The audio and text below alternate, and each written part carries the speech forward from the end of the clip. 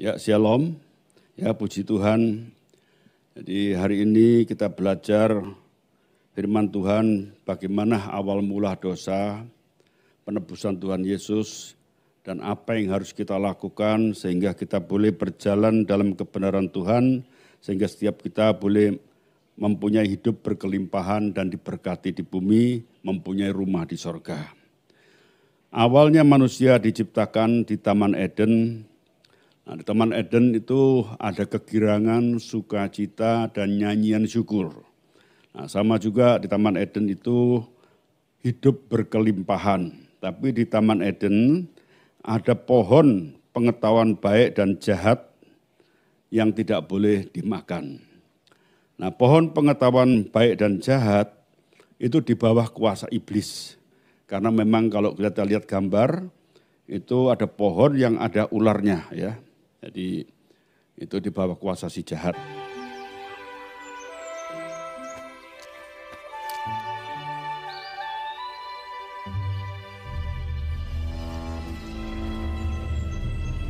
Apakah kau boleh makan buah itu? Apa maksudmu? Allah berfirman, semua pohon dalam taman ini jangan kamu makan buahnya, bukan? Buah pohon-pohonan dalam taman ini boleh kami makan, tapi tentang buah pohon yang ada di tengah-tengah taman, Allah berfirman, jangan kamu makan ataupun raba buah itu, nanti kamu mati. Sekali-kali kamu tidak akan mati, tetapi Allah mengetahui bahwa pada waktu kamu memakannya, matamu akan terbuka. Dan kamu akan menjadi seperti Allah, tahu tentang yang baik dan yang jahat.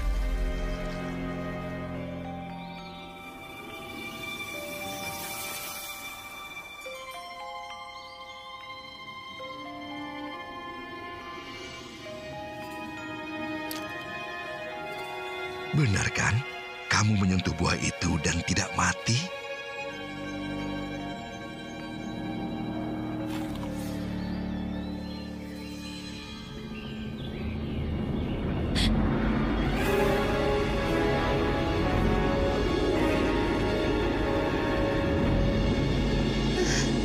Hawa, ada apa?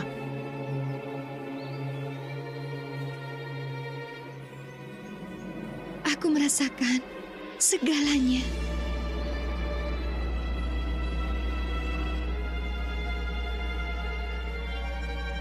Allah melarang kita untuk... Aku tahu, Adam.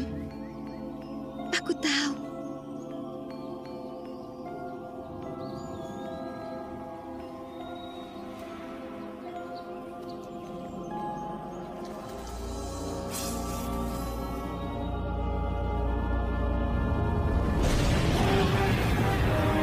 Memang buah pohon itu Hawa melihat ini baik untuk dimakan, kelihatannya baik. Ya. Tapi setelah dimakan memang akibatnya adalah menimbulkan yang jahat.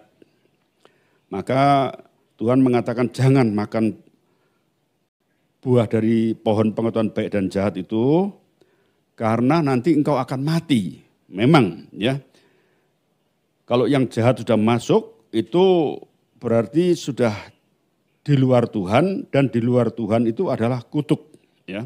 Itu akan berakhir ke kebinasaan. Nah,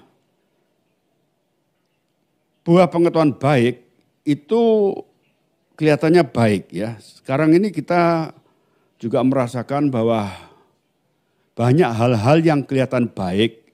Kita lihat jalan yang kelihatannya lurus, tapi berujung celaka. Ya. Nah, iblis ini selalu menawarkan kelihatannya yang baik, yaitu kerajaan dunia. Nah, ini kerajaan dunia ini sekarang ini menjadi daya tarik yang luar biasa. Ya, kerajaan dunia ini isinya adalah keinginan daging, keinginan mata, dan keangkuhan hidup. Nah, kalau kita berjalan dalam prinsip kerajaan dunia ini, itu akhirnya akan banyak masalah dan timbul kekacauan dan akan mencelakakan manusia. Maka itu kita harus berhati-hati supaya jangan masuk ditipu daya iblis. Jadi buah pengetahuan baik dan jahat itu adalah tipu daya iblis dengan yang kelihatannya baik. tapi di balik baik itu ada sesuatu yang jahat. Nah, pengetahuan akan kerajaan dunia ini memang menarik sekali ya, karena itu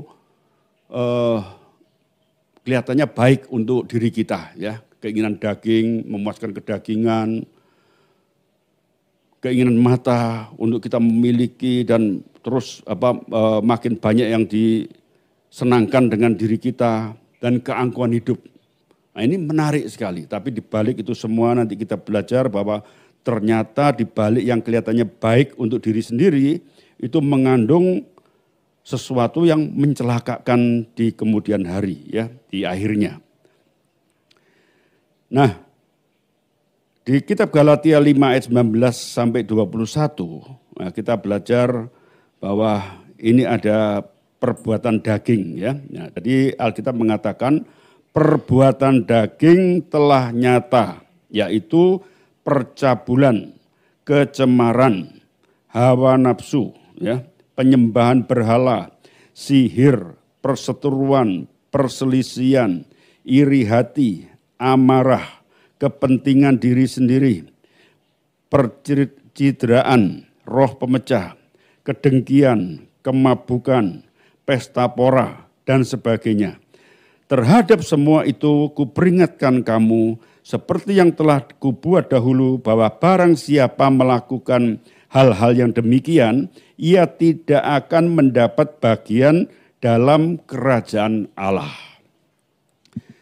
Jadi percabulan, kecemaran itu kedagingan, ya. Maka itu setiap kita kalau nggak hati-hati itu memang diawali dari pikiran dulu. Dari pikiran, memikir, merenungkan, membayangkan, akhirnya menjadi perbuatan, akhirnya menjadikan kecanduan, yaitu keterikatan. Nah, percabulan, kecemaran, ya, hawa nafsu, penyembahan berhala itu termasuk keinginan mata, ya, hawa nafsu mengingini, ingin memiliki, terus memiliki apapun yang dilihat, kepingin dibeli, dimiliki, ya. Penyembahan berhala itu menyukai dan menyintai yang lain lebih daripada Tuhan. Nah, ini penyembahan berhala, ya. Keangkuhan hidup itu termasuk intimidasi, ya, sihir, perseteruan, perselisihan, iri hati, amarah, kepentingan diri sendiri, pencitraan, roh pemecah, ya, jadi mengacau. Maka perbuatan daging yang unsurnya adalah kerajaan dunia, ini kelihatannya menguntungkan diri sendiri, tapi mengakibatkan di kemudian hari itu adalah kebinasaan dan mencelakakan diri sendiri. Nah, Alkitab mengatakan bahwa setiap kita yang melakukan perbuatan daging itu tidak akan mendapat bagian dalam kerajaan Allah. Nah, kerajaan Allah bukanlah makan minum, tapi kerajaan Allah adalah kebenaran, damai sejahtera, dan sukacita oleh Roh Kudus. Maka kita bisa mengoreksi diri kita apakah kita masih di dalam kerajaan Allah atau sudah masuk ke kerajaan dunia. Ketika kita kehilangan kasih, damai, dan sukacita, itu tanda bahwa kita sudah mulai menjauh dari Tuhan dan kita masuk dalam kerajaan dunia.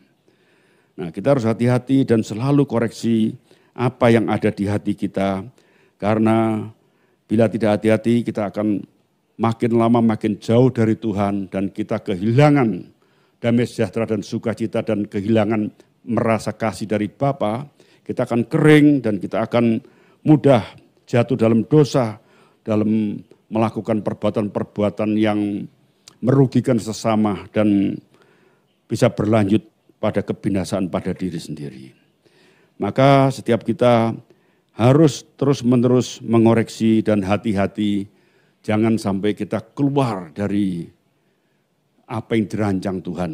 Karena di luar Tuhan adalah gelap, di luar Tuhan adalah dosa, di luar Tuhan tidak pernah memuaskan. Nah, kerajaan dunia penuh dengan pengetahuan yang kelihatannya baik, tapi ujung-ujungnya iblis sudah merancang kebinasaan. Karena iblis itu adalah pencuri, pembunuh, pembinasa. Jadi apa yang ditawarkan dari kerajaan dunia seperti pohon pengetahuan yang baik dan jahat ini, itu penuh pancingan dengan kelihatannya baik, tapi mencelakakan. Dan kita tidak terasa bahwa setiap kita di hidup sekarang ini, apapun yang kita lakukan, tentu kita berpikir apa untungnya untuk saya, apa untungnya untuk saya. Kamu harus juara, kamu harus hebat, kamu harus dipuji orang, kamu harus menjadi luar biasa dan sebagainya, tidak salah. Tapi semua apa yang kita lakukan harus dikembalikan untuk kemuliaan Tuhan. Karena bila tidak untuk kemuliaan Tuhan, untuk kepentingan diri sendiri, itulah egois yang diajarkan iblis untuk meningkatkan hawa nafsu, keangkuhan hidup dan keserakahan, ya, dan sebagainya, yang menjadikan perpecahan, iri hati, pencitraan, ya, menjadikan amarah dan roh pemecah dan membuat kekacauan pada sesama. Nah, ini awal dari dosa. Nah, terus bagaimana dengan kita sekarang yang sudah di dunia ini disebut dalam kegelapan, dan kita semua harus keluar dari kegelapan ini untuk berjalan dalam terang. Ya, memang ini tidak mudah untuk kita keluar dari belenggu dosa ini. Tapi puji Tuhan, ada Tuhan Yesus yang membuka jalan, karena Tuhan Yesus itu adalah jalan dan kebenaran dan hidup. Ya. Di kitab Roma 7 ayat 18 ditulis bahwa sebab aku tahu bahwa di dalam aku, yaitu di dalam aku sebagai manusia, tidak ada sesuatu yang baik. Sebab kehendak memang ada di dalam aku, tetapi bukan hal berbuat apa yang baik. Ya, jadi kita bisa merasakan bahwa banyak yang timbul di hati kita itu sesuatu yang tidak baik. Selalu muncul terus. Ini kalau kita enggak bertumbuh dalam rohani, ini kita bisa makin hari makin jahat. Tapi kalau kita bertumbuh dalam iman, kita terus meredam dan mengalihkan perhatian, dan kita sungguh-sungguh fokus kepada Tuhan, memikirkan yang baik, yang mulia, yang manis, yang sedap didengar, dan terus fokus kepada Tuhan. Nah, kita akan berubah, ya, yang dulu sudah berlalu, yang baru sudah tiba. Nah, kita akan menggantikan dengan yang baru, yang dari Tuhan Yesus. Maka itu setiap kita mengucap syukur kepada Tuhan, Tuhan sudah mendamaikan manusia dan memberi jalan kebenaran. Nah, ini kebenaran yang sejati, karena iblis menawarkan yang baik, tapi di luar itu adalah, di balik itu adalah kejahatan, ya, ada sesuatu yang jahat. Maka hanya Tuhan Yesuslah, itulah kebenaran yang sejati. Nah, bagaimana kita bisa lepas dari belenggu dosa? Ya, pertama memang kita harus ikut Tuhan Yesus, karena Tuhan Yesus menebus dosa kita, dan kita harus selalu bergaul dengan Tuhan supaya setiap kita boleh diberi pertolongan, kekuatan, penghiburan, tuntunan, damai, sukacita, dan kasih dari Bapa. Itu yang kekuatan yang membuat kita bisa berbuah roh. Dan Tuhan Yesus sendiri mengatakan Dia tidak akan pernah meninggalkan, membiarkan setiap kita seperti yatim piatu, tapi Dia menyertai kita sampai akhir zaman kalau kita melakukan kehendak-Nya. Maka setiap kita harus sungguh-sungguh mencari kerajaan Allah dan kebenarannya. Dan di dalam kerajaan Allah dan kebenarannya, kita akan diberkati berlimpah-limpah dan kita disediakan rumah di sorga. Sekali lagi kita harus ingat, kerajaan Allah bukan soal makan minum, tapi kerajaan Allah soal damai sejahtera dan sukacita oleh Roh Kudus dan kebenaran. Ya, maka itu setiap kita harus mencari kebenaran yang sebenarnya. Jangan sampai kita terpleset oleh tipu daya iblis, tapi kita mengerti kebenaran dan kita melakukan dengan sungguh-sungguh dan ada pertolongan Tuhan. Nah, maka itu kita bukan aja tahu akan kebenaran, tapi kita perlu memohon kekuatan dari Tuhan dengan banyak berdoa, banyak membaca firman, merenungkan firman, dan terus menjaga hati, sehingga dalam hati kita ada damai dan sukacita, ada kelegaan, ada penghiburan, ada kebahagiaan, ada kekuatan, ada kasih. Dan itulah yang membuat kita kuat dan sanggup mengalahkan tipu daya dunia ini. Dan biarlah kita boleh terus berjalan dalam kebenaran Tuhan, dan dalam Tuhan inilah kita boleh dipulihkan dari orang yang berdosa menjadi orang benar, dan orang yang berjalan sesuai dengan rancangan Tuhan, naik tidak turun sampai kita kembali ke rumah Bapa di sorga. Nah, sekarang kita harus merenungkan bahwa setiap kita ini diawali dari Adam yang berdosa dan keturunannya semua ikut berdosa sampai saat ini, dan kita harus mengakui bahwa yang ada di dalam hati kita seringkali yang muncul adalah yang tidak baik. Tapi puji Tuhan, Tuhan sudah membuka jalan dan menawarkan sorga, menawarkan hidup berkelimpahan. Maka kita sungguh-sungguh harus mengikuti jalan Tuhan dengan tidak lagi mementingkan diri, tapi harus menyangkal diri, memikul salib, berjalan dalam kebenaran Tuhan. Nah, kita dari awal sudah dirancang di tempat yang berkelimpahan di Taman Eden, ya. Tapi manusia ditipu iblis, tidak bisa bersyukur dengan keadaan yang di Taman Eden, tapi ingin lebih lagi, ya. Nah, itu disebut juga keluar dari rumah Tuhan. Maka setiap kita memang sekarang ini ya keadaan COVID-19 di mana-mana dikatakan di rumah saja. Nah, di rumah saja itu ketika di Eden, Taman Eden, kalau Adam dan Hawa tetap di rumah saja. Artinya tidak mengingini yang lebih dari apa yang ada, tidak keluar dari rumah, tidak akan terjebak oleh tipu daya iblis. Maka ya sudah, ini sudah terjadi. Setelah dari Taman Eden, kita manusia masuk dalam kegelapan dunia yang penuh dengan dosa. Tapi kita diundang kembali oleh Tuhan dan dengan penebusannya untuk masuk kembali dalam kerajaan Allah. Ya. Jadi ini memang kalau direnungkan seperti anak yang hilang, ya, dari rumah yang mapan, keluarga yang berkelimpahan, dia minta warisan, memaksa, dia mau keluar dari rumah, dia mau memakai kehendaknya sendiri dengan hidup kedagingan, akhirnya kesengsaraan yang dialami. Sama dengan seperti kita semua, kita bisa merasakan di luar Tuhan adalah penderitaan. Di luar Tuhan adalah kesengsaraan. Di luar Tuhan hidup melarat, hidup kering, hidup hampa, hidup kosong, hidup tak berarti, hidup kekhawatiran, kecemasan yang memenuhi hati kita. Maka setiap kita, marilah kita balik kepada Bapa yang sebenarnya, Bapa yang mengasihi kita, dan kita mau kembali ke kerajaan Allah.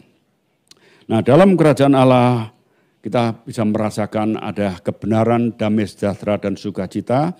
Marilah kita terus-menerus merawat dan memelihara dan mengusahakan terus-menerus dengan kekuatan yang dari Tuhan, sehingga setiap kita bisa menang terhadap dosa dan setiap kita boleh menikmati hidup bahagia di bumi dan kita boleh mempunyai rumah di sorga. Maka tetap di rumah saja, di rumah Tuhan, bersama dengan Tuhan. Jangan tertipu oleh godaan iblis untuk keluar dari rumah Tuhan, yaitu keluar dari kerajaan Allah. Tapi kita harus terus-menerus mengusahakan dan memelihara hubungan dengan Tuhan. Dan kita terus-menerus berperang, tapi percaya ketika kita sungguh-sungguh bersekutu dengan Tuhan, Tuhan akan berperang untuk kita. Karena Tuhan menyertai kita, siapakah lawan kita. Dan kalau kita menang terhadap dosa, tanda-tandanya ada kelegaan, ada damai, ada sukacita, ada kebahagiaan. Ketika kita lebih sungguh-sungguh lagi, kita akan merasakan apa yang kita butuhkan, kelimpahan dan berkat yang dari Tuhan akan terus mengikuti kita, kebajikan dan kemurahan tidak pernah meninggalkan, membiarkan kita.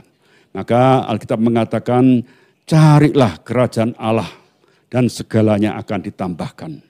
Maka setiap kita mencari itu, ya, kerajaan Allah dan menikmati kerajaan Allah dan hidupi dalam kerajaan Allah. Jangan lagi ditipu iblis keluar dari kerajaan Allah, tapi tetap tinggal dalam kerajaan Tuhan dan cukupkan dengan apa yang ada. nikmati hubungan dengan Tuhan sebagai mempelai Kristus dan nikmati penyertaan Tuhan, dan hanya dalam Tuhan ada kekuatan, kelimpahan, kasih, ketertiban, buah roh, ya. Itu akan kita rasakan dan kita akan bertumbuh dalam kebenaran, dan kita akan merasakan bahwa hidup ini sungguh perlu disyukuri atas kemurahan dan kebaikan Tuhan.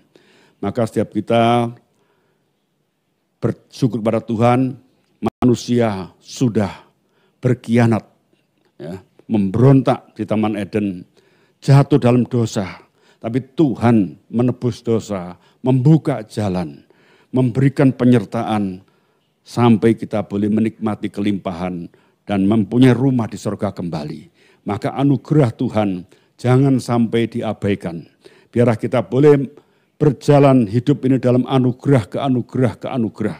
Dan jangan dimakan oleh atau ditipu oleh tipu daya kerajaan dunia. Ya. Kerajaan dunia kelihatannya baik, tapi di balik itu ada kejahatan yang membawa kita kebinasaan. Karena iblis itu penguasa dunia, dia pencuri, pembunuh, pembinasa. Maka setiap kita tetaplah kuat dalam Tuhan. Dan percaya janji-janji Tuhan akan kita alami, diberkati di bumi dengan kelimpahan dan mempunyai rumah di sorga. Maka tetap di rumah saja, di rumah Tuhan saja. Dan tubuh kita adalah bait Allah, ada roh Allah bersama dengan kita, dan kita fokus terus bergaul intim dengan Tuhan dalam kasih, damai, dan sukacita. Dan setiap kita terus ya, menyenangkan hati Tuhan, dan setiap kita jangan menyembah berhala. Jangan sampai kita mengasihi yang lain lebih dari Tuhan. Tapi kasihilah Tuhan dengan segenap hati, jiwa, kekuatan, dan akal budi. Dan fokus terus kepada Tuhan. Dan dengan penyertaan Tuhan kita akan sanggup mengalahkan dosa. Dan hidup di luar hidup dalam kebenaran adalah hidup yang diberkati. Dan sampai nanti kita kembali ya, dari debu kembali ke debu, roh kembali pada Allah yang mengaruniakan, dan kita boleh tinggal kekal bersama Tuhan di sorga selama-lamanya. Puji Tuhan.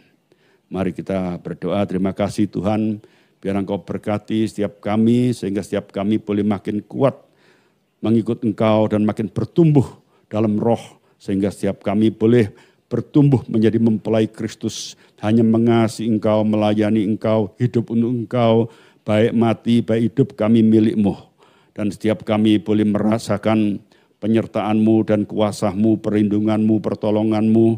Dan setiap kami boleh merasakan dan menerima janji-janji yang sudah Kau berikan. Terima kasih. Kami serahkan setiap kami dalam kuasa-Mu, dalam nama Yesus Kristus. Haleluya. Amin.